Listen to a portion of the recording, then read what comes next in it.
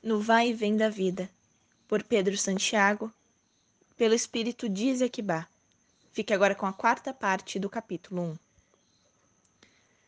Em seguida, depois de palavras de agradecimento ao instrutor, Clovis falou, já demonstrando repentina disposição.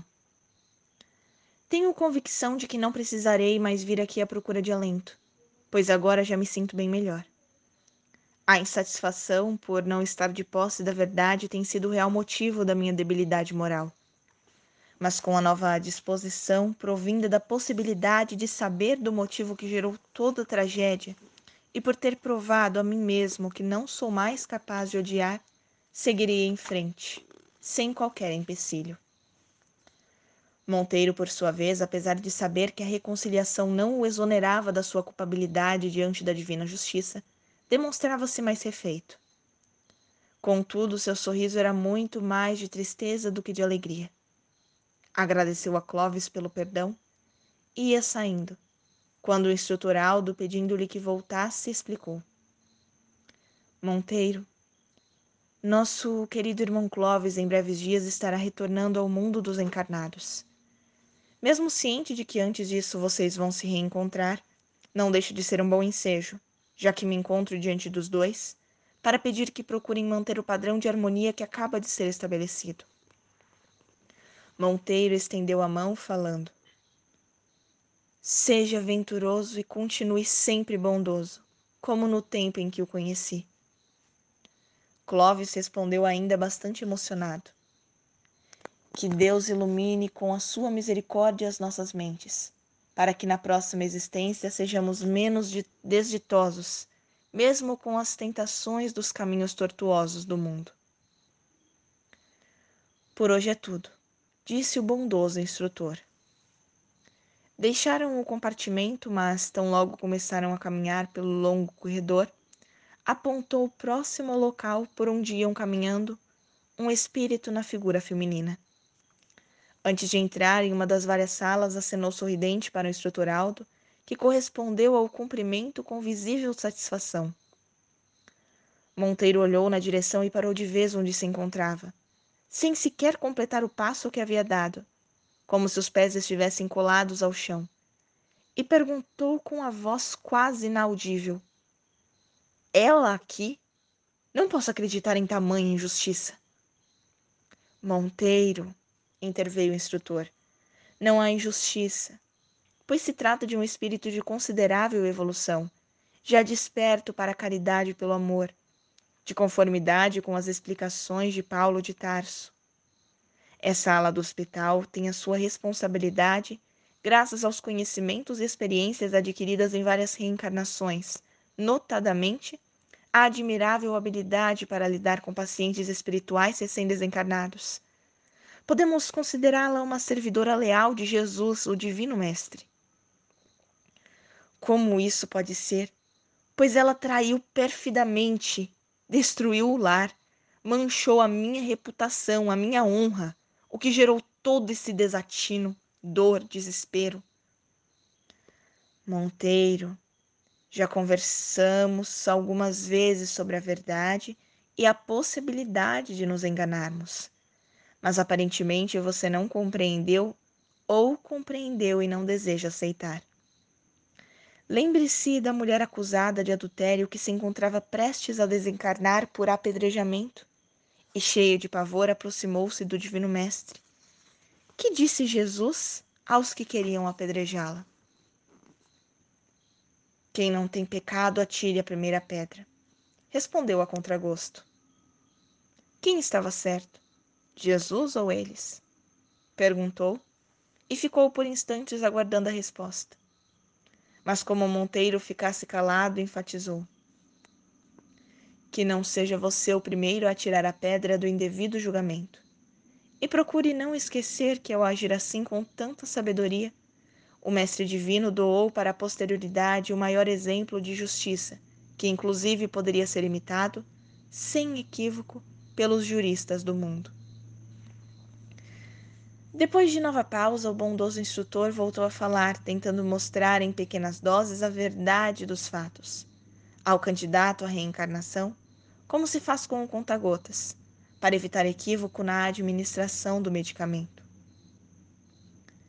No meu caso, Monteiro, é indispensável que antes de qualquer entendimento procure admitir a sua culpabilidade, sem autopiedade, e enfrentar com responsabilidade as consequências dos próprios atos. Em seguida, criar disposições para reparar os erros, retificar as tortuosidades. De que maneira, se tudo já ocorreu e não há como voltar atrás? Se isso fosse possível, eu pediria sim para voltar no tempo e fazer tudo bem diferente. Com o objetivo de avaliar o grau de assimilação apresentado por Monteiro, o instrutor Aldo, que já havia lhe explicado sobre o perdão de Deus, ensejando uma nova oportunidade, voltou ao assunto. O que você já pôde assimilar sobre o perdão de Deus? Eu sempre pensei, conforme fui informado desde criança, que em casos menos graves, a depender da nossa vontade de não mais cometer erros, Deus perdoa e ficamos isentos da culpa. Essa nova informação de que Deus perdoa ensejando nova oportunidade seria para mim uma esperança, se a minha situação não fosse, como penso, irremediável, pois apesar de ter sido levado ao desatino, sinto que não mereço o perdão divino. Não há qualquer comparação do perdão divino com a maneira equivocada de muitos pais, que em vez de orientar o filho, relevam demasiadamente a indisciplina e as inclinações que não condizem com o comportamento moralmente sadio. No linguajar popular, passam a mão na cabeça. Deus perdoa, sim, ensejando uma nova oportunidade de soerguimento. Podemos citar a reencarnação como exemplo do perdão divino, porque através das sucessivas existências, nós, espíritos, depuramos as imperfeições, adquirindo qualidades morais, refazendo o que não fizemos bem feito e avançando sempre com a abertura da inteligência, que nos facilita o posterior uso de potencialidades que se encontram em nós mesmos, em estado latente, aguardando o toque da coragem, da vontade e da persistência para o despertar. Monteiro silenciou por instantes e em seguida perguntou: Acha que Deus me perdoaria? Há pouco você pediu e obteve o perdão de Clovis, e a consequente reconciliação proporcionou-lhe momentaneamente reconforto íntimo. Será Clovis melhor que Deus? Ora, Monteiro, não fosse o perdão de Deus, você não estaria aqui se preparando para renascer na terra. Eu voltarei a ser criança. A minha mãe também voltará, e eu serei seu filho. É isso que você quer me dizer? Tudo será esclarecido no decorrer do tempo e do seu interesse, sendo ele sincero. Entretanto, posso garantir que você voltará a ser criança, mas não filho da mesma mãe, já que esse espírito já se encontra reencarnado. É possível que quando você retornar à crosta da terra para esse fim, aquela que em passada existência lhe serviu de mãe já esteja de volta ao plano espiritual. Calou-se por instantes, observando as reações de Monteiro. Instantes depois, voltou à explicação. O seu merecimento é que vai definir quem são os seus pais, já que o programa está sendo elaborado segundo as suas reais necessidades. E a sua maior necessidade será apagar o ódio do passado com o cultivo do amor no presente. Mas para que isso aconteça, justo se faz que sejam reunidos numa mesma família consanguínea todos os que se encontram separados pela inimizade. O local onde você renascerá e o modo de viver dos seus futuros pais ser-lhe-ão um apoio para o seu recomeço, até quando eles desencarnarem, o que ocorrerá quando você estiver ainda na adolescência. Nessa mesma época, seus futuros irmãos seguirão outros rumos, e você sozinho terá que se movimentar com as suas próprias forças, preparando-se para o enfrentamento dos efeitos, cujas causas se encontram na sua consciência. Se o objetivo de tudo isso que você me propõe for esse, peço que não tome trabalho comigo, porque eu jamais viveria em qualquer condição de parentesco junto a quem me traiu. E muito pior, de quem me odeia. E considerando o grande erro que cometi, eles também jamais aceitariam isso. Você persiste em acusações sem posse de qualquer fundamento da verdade dos fatos.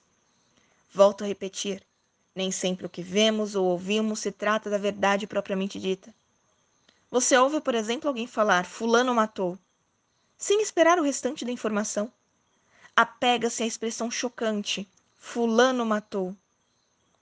A expressão induz a imediata elaboração da ideia de que tem ocorrido um homicídio. Entretanto, o referido fulano poderia estar se referindo à morte de qualquer outro ser vivo. Um inseto, por exemplo. Falou sorrindo.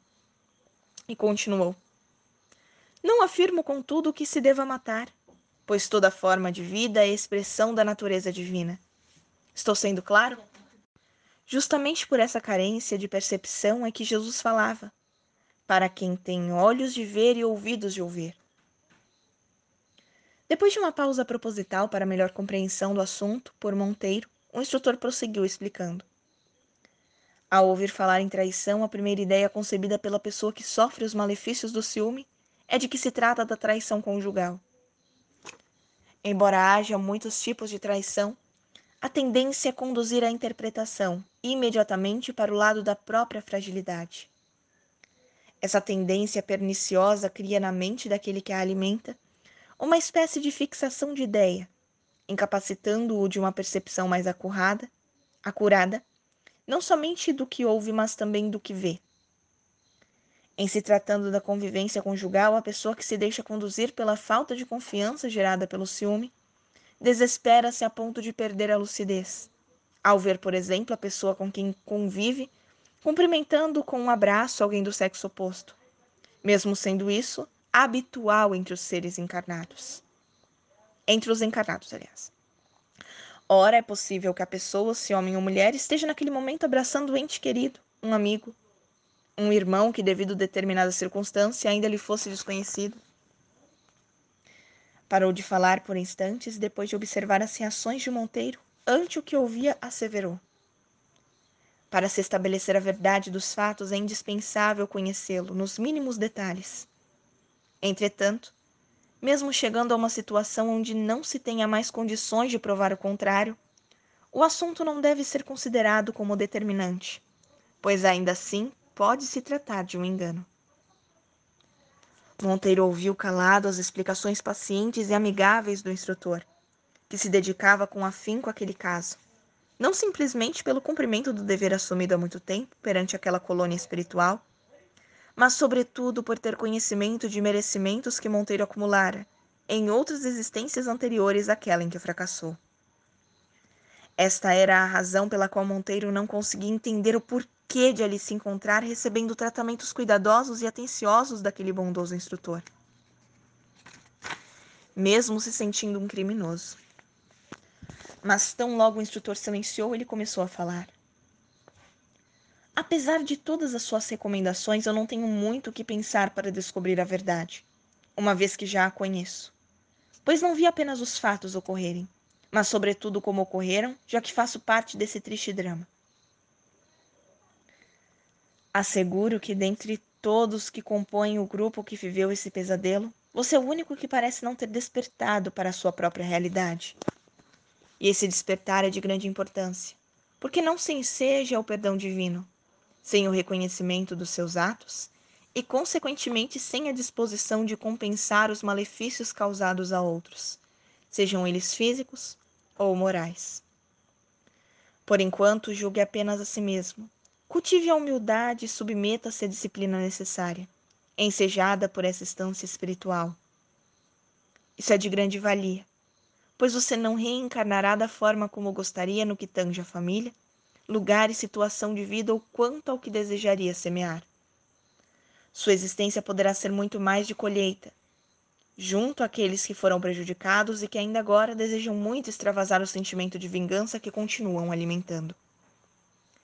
Se desejar mesmo aproveitar da misericórdia divina, dedique-se com vontade e entusiasmo às tarefas de aprendizagem e seja dócil, sem esquecer jamais que estamos todos ainda na condição de espíritos moralmente enfermos e que o único remédio é o amor na sua plenitude.